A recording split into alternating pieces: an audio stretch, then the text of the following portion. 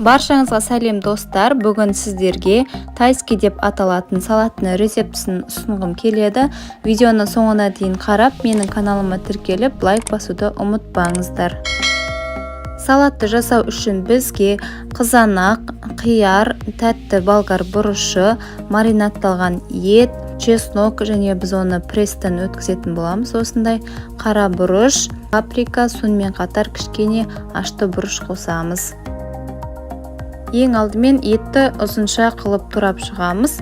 Одан кейін үстіне 2 ас қасық соя соусын қосып маринаттаймыз.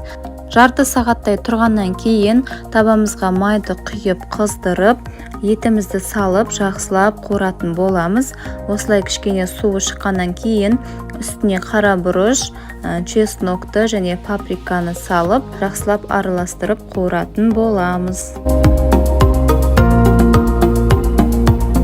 Қақпағын жауып, орташа отта етімізді жарты сағаттай пісіріп аламыз.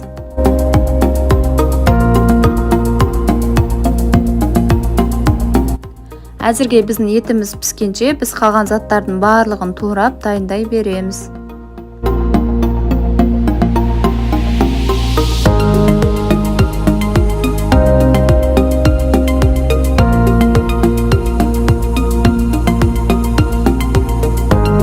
Достар, бұл салатқа керек заттардың барлығын мен описаниеге жазып қойдым. Сол жерден көре аласыздар. Ал қиярды турау ол өз еріктеріңізде, немесе тура видеодағыдай мен сияқты турасаңыздар болады.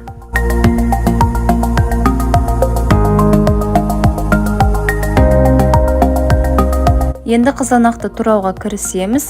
Қызанақты 2-ге бөліп, артық жерлерінің бәрін алып тастаймыз және үлкендеу қылып тураймыз. Немесе черри қызанақтарын қолдансаңыздар да болады.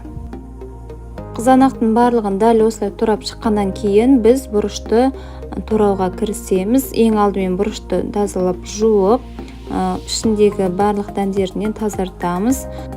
Тайский салатына светофор бұрыштары қосылады, яғни қызыл, жасыл, сары түрлері. Яғни салатқа әдемі түс беріп тұру үшін. Сонымен қатар осындай ашты бұрышты қостым. Өйткені тайский деп аталғандықтан салат кішкене аштылау болып келеді. Бұрыштарымызды жуып тазалап алғаннан кейін бұрыштарды осылай ұзынша қылып турасаңыздар болады. Барлығы видеода көрсетілген.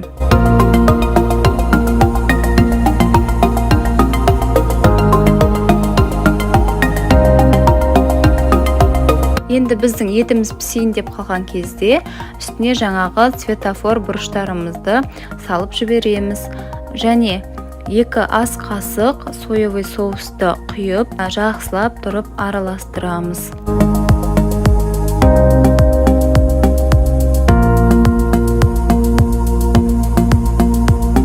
Оның үстіне жаңағы ашты бұрышымызды саламыз, жақсылап араластырып, қақпағын жауып қоямыз. Және бұрыштарды салған кезде астын өшіріп қоямыз, яғни жай ғана етпен бірге бұқтыру қажет. Енді жеке ыдысқа бағанағы тураған қияр мен қызанақты салып, үстіне соевый соус қосамыз.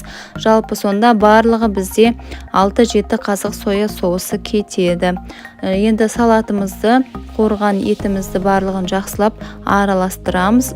Суытып, ыдыстарға салып, үстіне күнжіт сеуіп ұсынсаңыздар болады. Салатты міндетті түрде жасап көріңіздер, астарыңыз дәмді болсын.